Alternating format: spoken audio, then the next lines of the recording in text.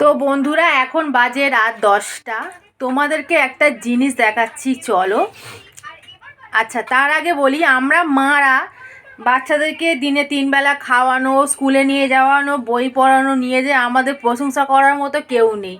একটা জিনিস তোমাদের দেখাই, দেখো এই যে লাইভে আমাকে বললো দে আমি খাইয়ে দিচ্ছি। তো সত্যি বলছি, আমি শুনে খুব খুশি, খুব গর্ব করছি।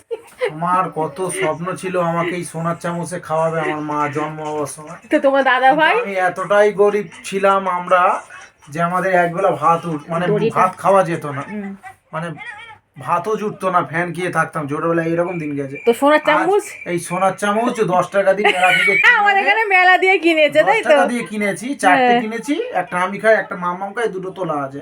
আমার মাম্মামকে আমি ছোটবেলায় সোনার চামচে খাওয়াচ্ছি। এটা আমার কাছে সব থেকে বড় গর্বের বিষয়।